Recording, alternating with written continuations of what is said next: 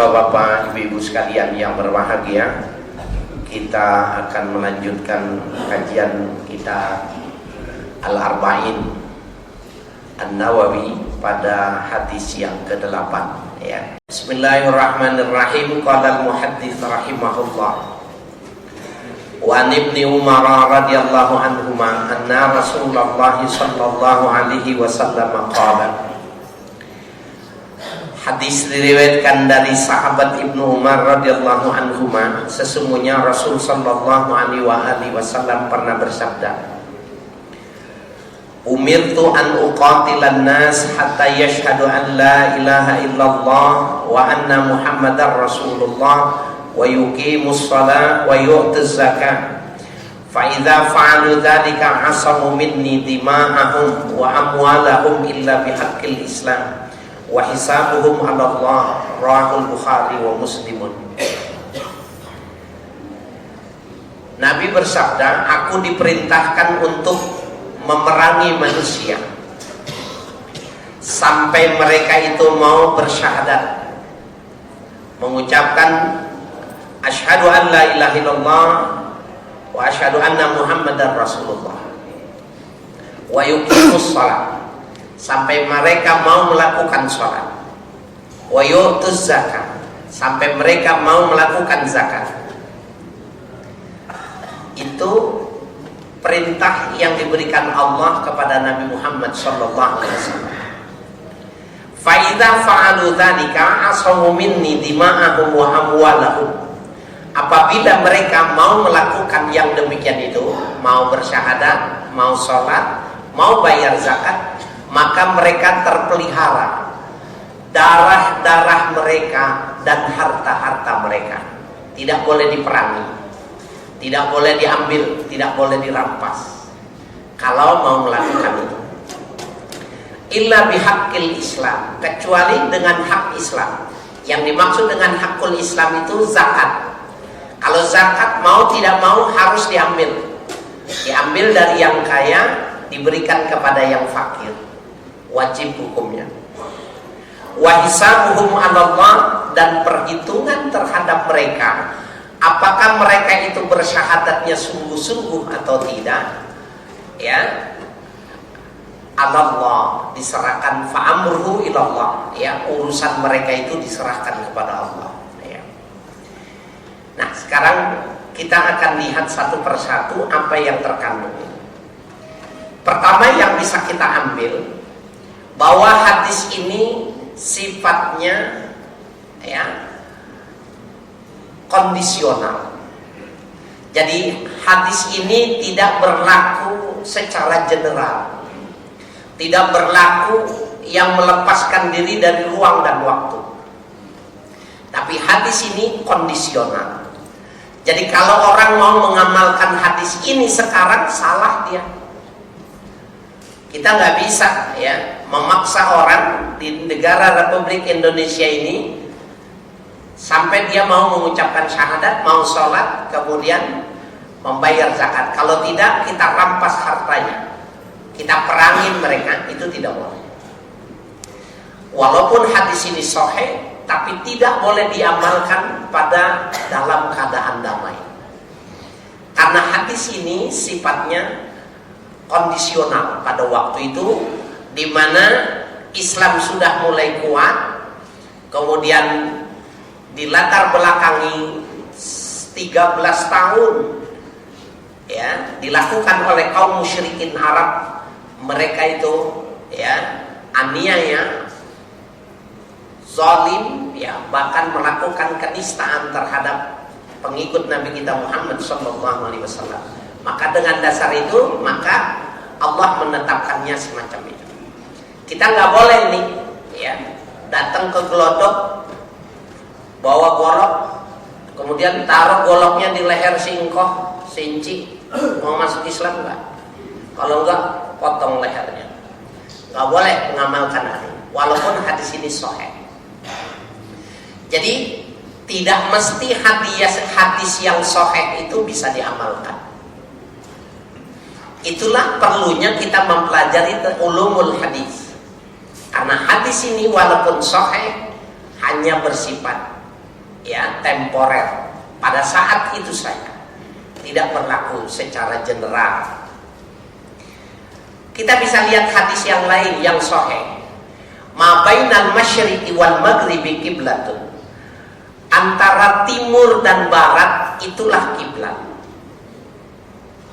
Hadis ini sahih, riwayat Bukhari, Imam Muslim, tapi nggak bisa dipakai hadis ini. Antara timur dan barat itulah kiblat. Berarti sholat kita madhab kemana? Madhab selatan. Antara timur dan barat itulah kiblat. Berarti sholatnya madhab selatan. Siapa yang berani sholat subuh madhab selatan? Nggak berani. Kenapa? Hadisnya sahih, tetapi tidak proporsional untuk diberlakukan secara general.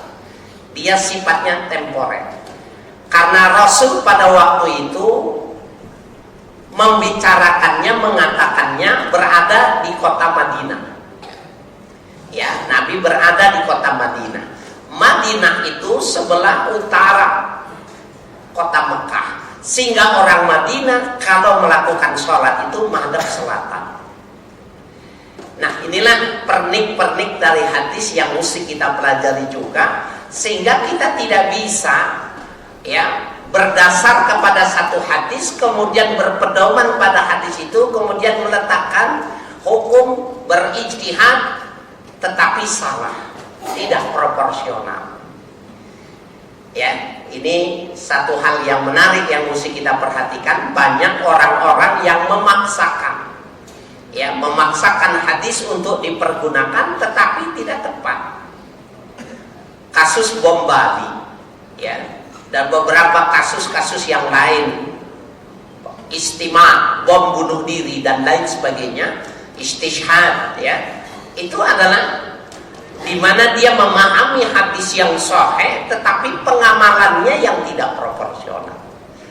Jadi justru mengamalkan hadis yang sahih salah, melaksanakan hadis yang sahih justru berdosa, ya, karena tidak sesuai. Itu yang pertama. Yang kedua, bahwa syahadat, sholat dan zakat itu tidak bisa dipisah.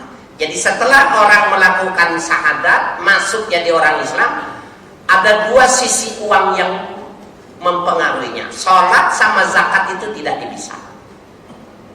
Nah, di dalam Al-Quran itu ada beberapa, ya, sekurang-kurangnya oleh mufassir dikatakan ada 3 yang memiliki dua sisi dan tidak boleh dipisah. Yang pertama, ati'ullah wa ati'ur rasul, itu nggak bisa dipisah. Taatlah kalian kepada Allah, taatlah kepada Rasul. Yang kedua, aqimus shalah wa atuz zakat, tunaikan, dirikan sholat dan tunaikan zakat. Ini nggak bisa dipisah.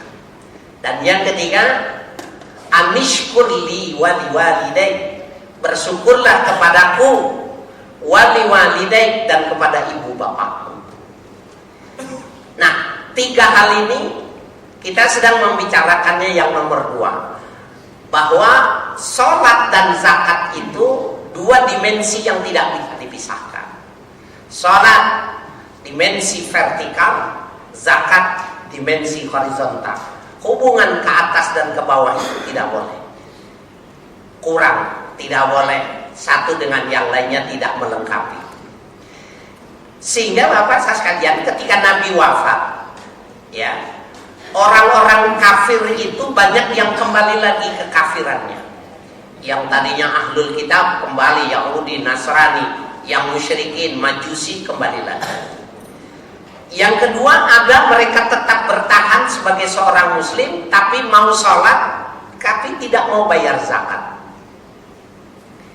Maka oleh sahabat, ya, yang ditunjuk sebagai khalifah, Khalifatul Rasul, Abu Bakar As-Siddiq diperangi orang Islam itu. Kemudian sahabat Umar menegurnya. Kenapa kau perangi orang Islam? Padahal mereka sudah mengucapkan syahadat dan mereka sudah melakukan sholat. Kenapa diperangi? Sahabat Abu Bakar mengatakan, mereka kurang satu. Mereka mau sholat tetapi tidak mau bayar zakat. Dan itu sudah dilakukan mereka, ya, kepada Rasulullah SAW. siapa saja yang mencegah ini akan aku perangi. Dan Abu Bakar bersumpah. Jadi ketika Umar mengatakan demi Allah akan kulawan kau Abu Bakar, ya, bila kau tidak sesuai dengan ajaran Islam, maka bersumpah Abu Bakar, demi Allah aku melakukan apa yang diajarkan oleh Rasul. Jadi aqimus shalah itu tidak boleh bisa. Demi Allah akan ku labrak siapapun yang menghalangi perintah. Tegang Pak antara Abu Bakar dengan Abu Bakar As-Siddiq dengan Umar Ibn Khattab itu pernah tegang kasus itu. Tetapi pada akhirnya karena mereka semuanya berilmu, Umar Ibn Khattab menundukkan kepalanya mengikuti pemahaman yang dipahami oleh sahabat Abu Bakar. Maka mulai saat itu nggak bisa, wajib hukumnya bayar zakat. Di Indonesia, kalau orang Indonesia mau bayar zakat sesuai secara sebenarnya proporsional, maka 20% kemiskinan di Indonesia itu sudah terangkat dengan sendirinya. Kalau mereka itu bayar zakat. Dan yang repotnya lagi, bayar zakat di orang Indonesia itu ada yang kurang tepat. Bayar zakat Ramadan itu bagus tuh. Belum waktunya atau ditempatkan pada bulan Ramadan itu bagus. Bulan bagus, insya Allah pahalanya dilipatkan. Cuma ada yang kurang tepat. Mereka bayar zakat, diberikan sembako, diberikan sarung, diberikan baju koko. Memberi kesan bahwa itu adalah hadiah, memberi kesan bahwa itu adalah pemberian. Padahal orang ini bayar zakat. Orang miskin itu yang mustahik menerima zakat kalau ditanya mau terima sembako apa mau terima uang. Bapak coba wakili orang-orang miskin. Mau terima sembako apa terima uang? Jangan, itu hak mereka. Sarungnya banyak, sembakonya banyak, tapi nggak punya baju mau lebaran. Dia nggak bisa beli sendal. Ini nggak boleh, itu hak dia. Dan jangan berikan kepada dia, ya, kemauan kita. Kenapa mesti ditukar menjadi Indomie? Kenapa ditukar dengan beras? Kenapa dibuat dengan kecap, saus? Dia bilang saya mau beli baju, mau lebaran.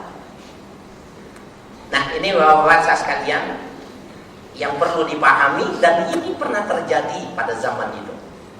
Jadi betapa sesuatu yang sangat luar biasa untuk kita pahami, ini kaidah-kaidah yang sangat besar di dalam hukum Islam. Yang ketiga yang perlu kita pahami, bahwa membayar zakat itu, kata membayar zakat, ya, waktu zakat membayar itu yang action itu si pemberi zakat.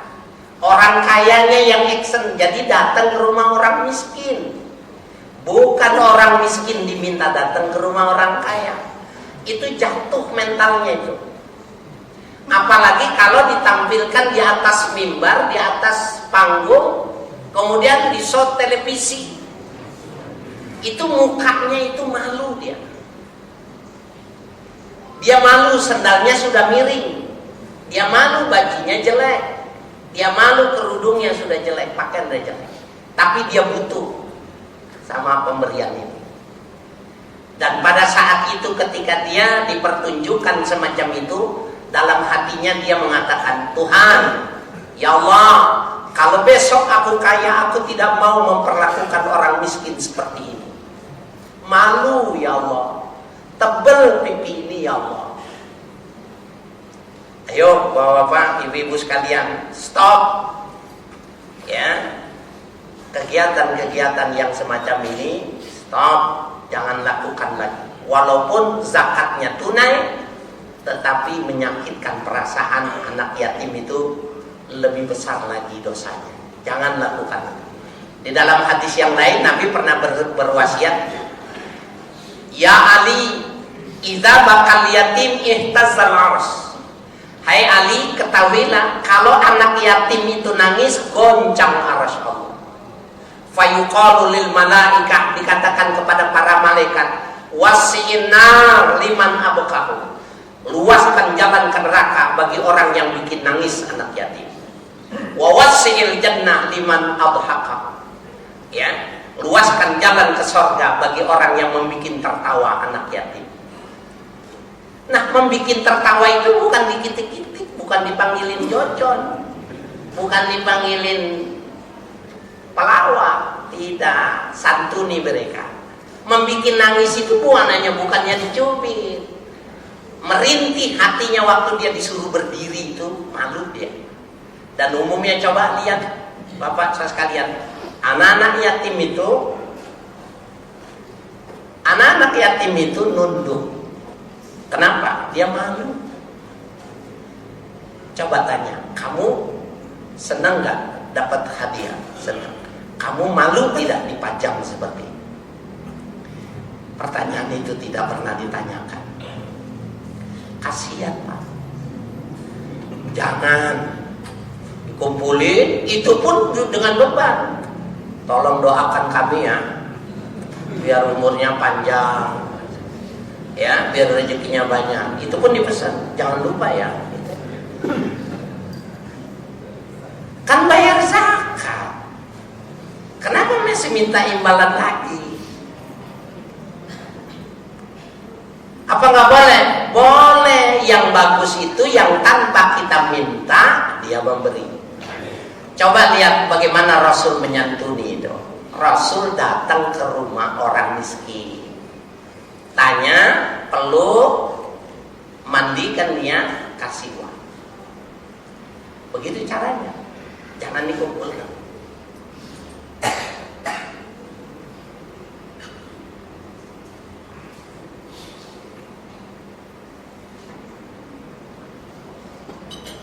Nah, Bapak sekalian, Ibu yang kami hormati, wa hisabuhum 'ala Allah.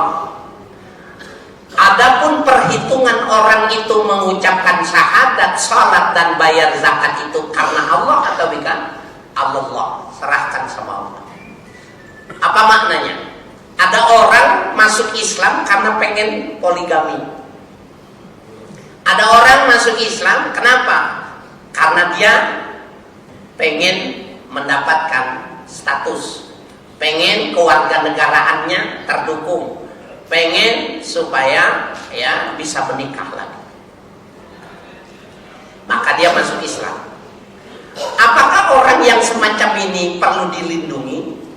Menurut Nabi harus dilindungi kalau dia mengatakan asyhadu an la ilaha illallah wa asyhadu anna muhammadar rasulullah, darahnya sudah haram, gak boleh. Harus dilindungi darah dan kehormatannya, hartanya wajib dilindungi.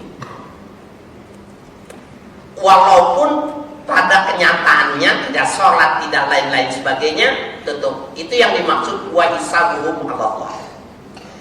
Sehingga Bapak Ibu sekalian yang berbahagia, ada satu kaidah di dalam hukum Islam itu, nahnu nahkumu biz-zawahir wa sarairuhum ila Allah. Kami akan menghukumkan setiap sesuatu itu berdasarkan yang nampak, yang dizahirkan oleh Allah, itu yang kita hukumkan. Ya, menghukumkan sesuatu itu yang zahir-zahir saja. Wasarairuhum ilallah, rahasia-rahasia apa yang ada di dalam hatinya serahin sama Allah. Jadi jangan kita persoalkan, wah ini kayaknya nih cuma mau kawin doang nih. Nggak boleh, silakan saja. Bisa jadi tuh Islamnya nanti lebih bagus dia dari kita. Walaupun bisa jadi ada yang memang seperti itu bagi orang Islam, tapi nggak boleh dibatasi. Kalau dia bilang mau masuk Islam, silakan. Jangan bilang ini mau kawin ya. Jangan. Ya. Nah, itulah bapak-bapak saudara sekalian yang berbahagia yang dimaksud dengan wa hisabuhum 'ala Allah. Jadi Allah akan memberikan, ya, Nabi Muhammad maksudnya akan menetapkan setiap sesuatu apa yang dizahirkan. Kalau dia ucapkan, hukumkan itu. Ya, mungkin kita pernah membahas dulu. Kenapa begitu? Karena ada satu kasus di mana umat Islam itu ketika perang pada posisi 1 lawan 1. Maka yang kaum musyrikin ini terdesak, jatuh, dia diinjak lehernya, kemudian pedang itu ditaruh di lehernya. Apa yang bisa kau lakukan? Pada saat seperti itu orang musyrikin itu bilang, asyhadu an la ilaha illallah wa asyhadu anna muhammadar rasulullah. Orang Islam bingung, dia masuk Islam tapi posisinya kejepit. Terusin jangan. Kalau bapak jadi kondisi seperti ini, terusin tidak?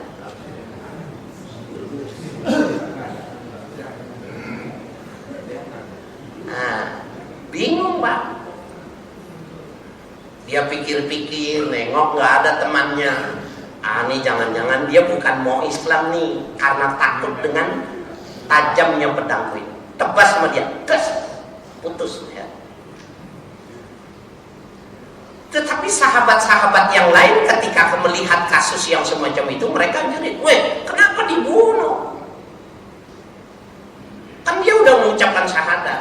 Iya, tapi syahadatnya karena dia takut sama pedang. Kalau sekarang kenapa gitu? Dia mau masuk Islam karena mau kawin.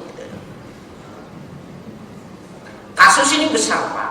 Terjadi perbedaan pendapat di kalangan sahabat. Kemudian lapor kepada Nabi, yang melapor dan yang dilaporkan dikumpulkan. Nabi mengatakan, benar yang dituduhkan kepadamu, betul ya Rasul. Kenapa kau teruskan? Karena menurut pertimbanganku, dia takut sama pedangku ya Rasul. Apa kau sudah belah dadanya? Sudah kau lihat hatinya bahwa dia mengucapkan syahadat seperti yang kau ucapkan? Tidak ya Rasul. Kau melakukan kesalahan. Jadi bapak saya sekalian, yang di dalam hati itu jangan dipersoalkan. Yang di dalam hati itu urusan dia sama Allah. Kita jangan mengambil hak Tuhan. Jangan terlalu jauh mensikapi sesuatu yang mestinya Tuhan yang menentukan. Dilarang. Nah, itulah mengapa ini menjadi sebuah pedoman bagi kita, ya. Ketika kita bermasyarakat, maka segala sesuatu hukumkan apa yang dia nyatakan. Bapak di rumah tanya sama istrinya, udah sholat belum? Kata istrinya, sudah sholat. Tanya sama anaknya, udah sholat belum nak?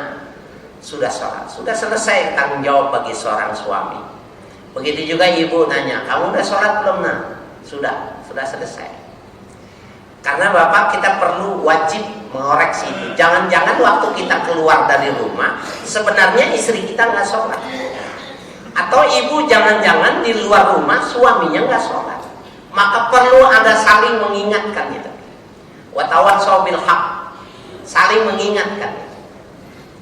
Kalau kita di rumah tanya, udah sholat belum mak? Sudah.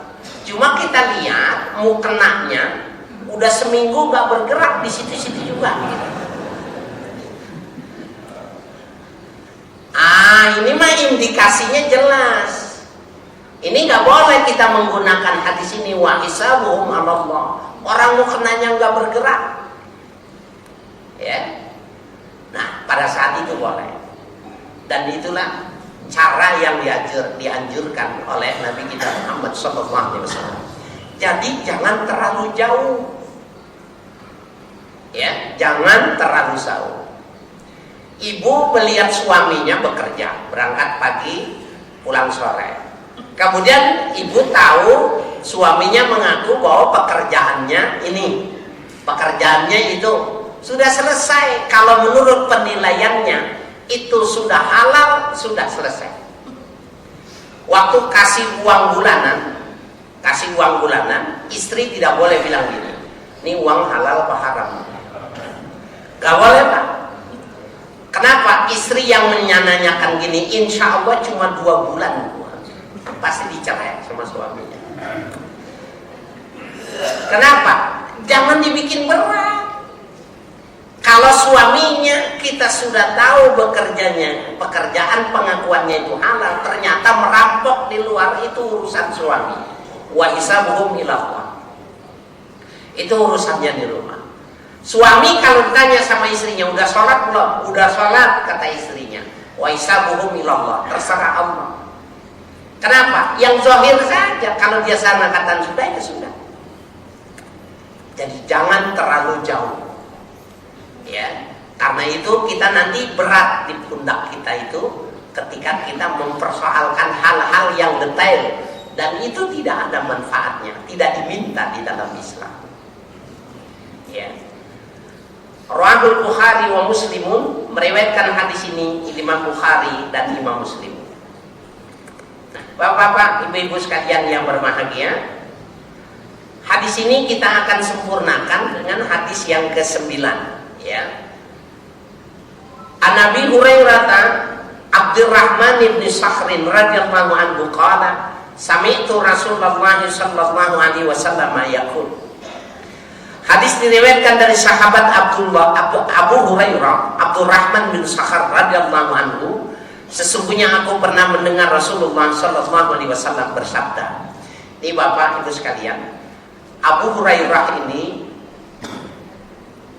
namanya Abdurrahman bin Sakhr. Kenapa dipanggil Abu Hurairah? Bapaknya kucing, karena orang ini Abdurrahman bin Sakhr ini mengikuti kecintaannya Rasul kepada manusia, kepada tumbuh-tumbuhan dan kepada binatang. Jadi pernah suatu saat ketika berhadapan ketemu, ujung bajunya Abdurrahman bin Sakhr itu bergoyang-goyang. Tidak lama kemudian keluar kepala anak kucing. Mau Abdurrahman, apa itu Abdurrahman? Ya, dikeluarkannya anak Hirrah. Hirrah itu anak kucing, ya. Mulai saat itu dia dipanggil Abu Hurairah, bapaknya kucing kecil, ya. Nah, jadi masyhur itu, namanya orang jarang kenal, Abdurrahman bin Sakhr. Abu Hurairah ini semula agamanya Nasrani, ada yang bilang agamanya Yahudi.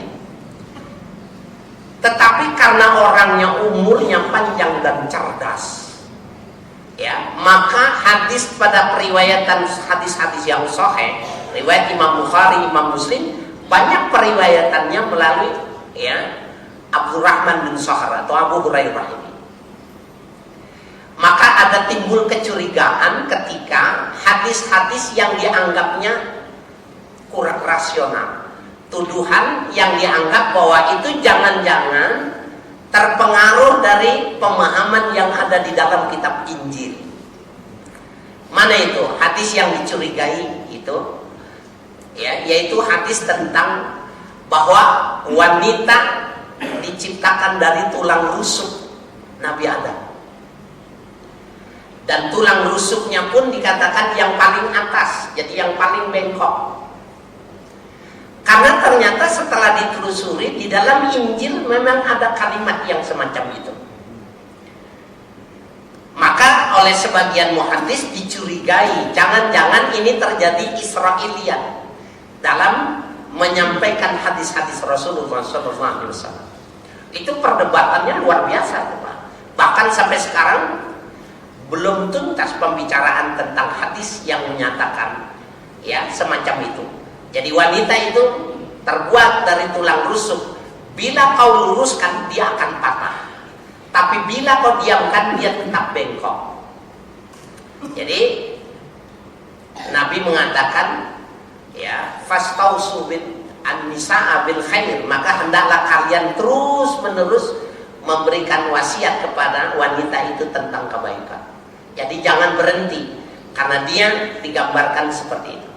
Nah, yang dimaksud dengan jangan-jangan ini adalah ajaran Nasrani yang masuk tanpa sadar, terbawa gitu. Jadi lantaran Abdurrahman bin Sakhr atau Abu Hurairah ini memang sebelumnya adalah pemeluk agama yang taat. Nah, oleh ulama yang lain dijawab tidak. Memang bukan cuma sekedar itu, ada kesamaan bahwa hukum Islam yang dilaksanakan di dalam Taurat, di dalam Injil, di dalam Zabur memang ada kesamaan.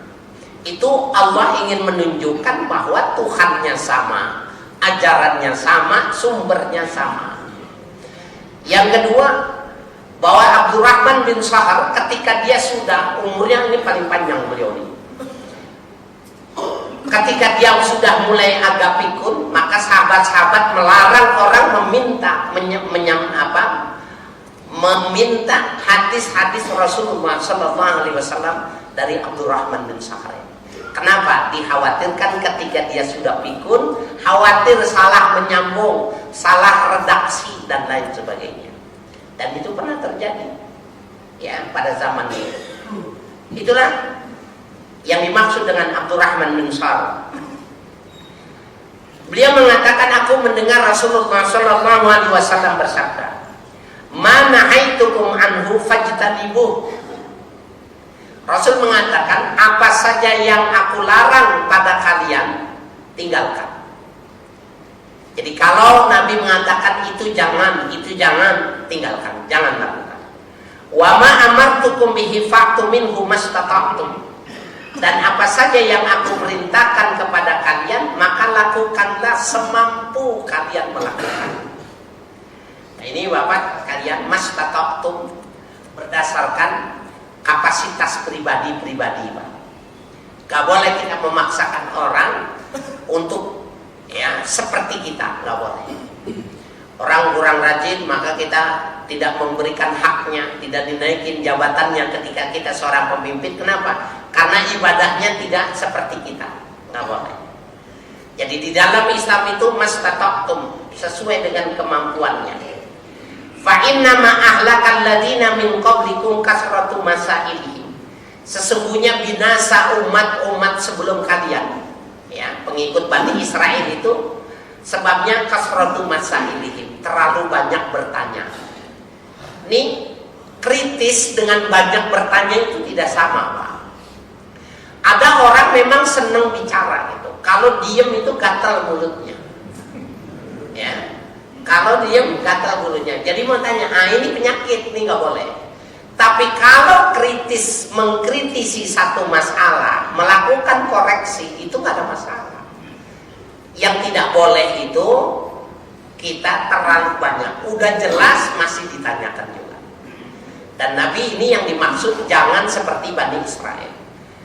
Bani Israel disuruh ketika ingin melakukan sebuah pentaubatan, mereka mengatakan, dikatakan kepada mereka, sembelihlah ya 1 ekor sapi. Itu perintah itu sudah jelas dan sudah enteng itu. Jadi mau sapinya sapi yang mana saja, sapi kecil, geser, mau sudah tua, mau warnanya apa, bebas. Tetapi mereka mulai menyusahkan dirinya. Mereka bertanya, ya, sapinya yang warnanya gimana? Maka menjadi berat, ya. Tasurun nazirin, orang lihat pasti senang, harus senang. Warnanya kuning, kuningnya kecoklatan. Kemudian tolong gambarkan lagi selain dari warna itu apa saja.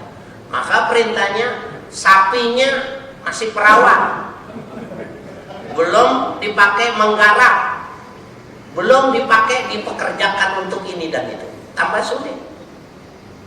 Jadi semakin bertanya semakin berat, semakin berat. Berbeda dengan Rasul. Ya Rasul, kenapa kau tidak lakukan sholat taraweh lagi? Rasul diam aja. Wahai Rasul, kenapa kau tidak keluar untuk melakukan sholat bersama kami? Aku khawatir, kata Nabi, akan menjadi wajib buat kalian. Jadi Bapak sekalian yang berbahagia, jangan terlalu banyak. Ketika orang tanya, ya Rasul, apakah ibadah haji itu cukup 1 kali atau berulang-ulang? Rasul nggak mau nawar. Ditanya, ya Rasul, pergi haji itu setiap tahun apa sekali? Ini kan ada orang memang modelnya begini, Pak. Modelnya memang begitu, cerewet. Maka Rasul mengatakan, kalau aku jawab iya, maka berat buat kamu. Nah, jadi jangan ditanyakan maksudnya Nabi. Kalau kau punya uang 1 kali, ya cukup 1 kali. Kau punya uang ingin mengulangi silakan, tapi kalau kau mau berikan kepada orang lain lebih bagus. Kan jadi enteng interpretasi yang semacam itu. Nah, Nabi mengatakan, wa inna ma ahlakal ladina min qablikum kasratu masailihim. Kemudian wahtilafuhum ala anbiya'ihim. Binasanya umat-umat terdahulu itu karena mereka itu berbeda pandangan dengan nabinya. Dalam sejarah Bapak, Bani Israel itu Nabi Yahya ya dengan Nabi Zakaria itu dibunuh. Kenapa? Enggak cocok sama pola pandang mereka itu. Jadi dari Balam ditikam saja sama dia. Ya, tengah jalan ditikam saja dibunuh. Dua nabi yang dibunuh. Maka Allah Subhanahu wa taala murka. Allah turunkan nabinya supaya menjadi peringatan, supaya mereka sadar, supaya mereka jadi bagus. Tapi karena mereka nggak cocok dibunuh, mau tidak mau banyak ya catatan-catatan tentang pembinasaan yang dilakukan oleh Allah dan perbuatan-perbuatan mereka itu. Nah, ini Bapak Ibu sekalian, kalau kita ambil pelajaran untuk kita, pertama, jangan banyak bertanya bila sesuatu itu sudah jelas. Yang kedua, jangan berbeda pendapat dengan ulama bila itu sudah jelas. Tapi Ustadz susah, ulamanya terbagi dua, 01, 02. Mau ikut yang mana gitu. Saya juga bingung jawabnya.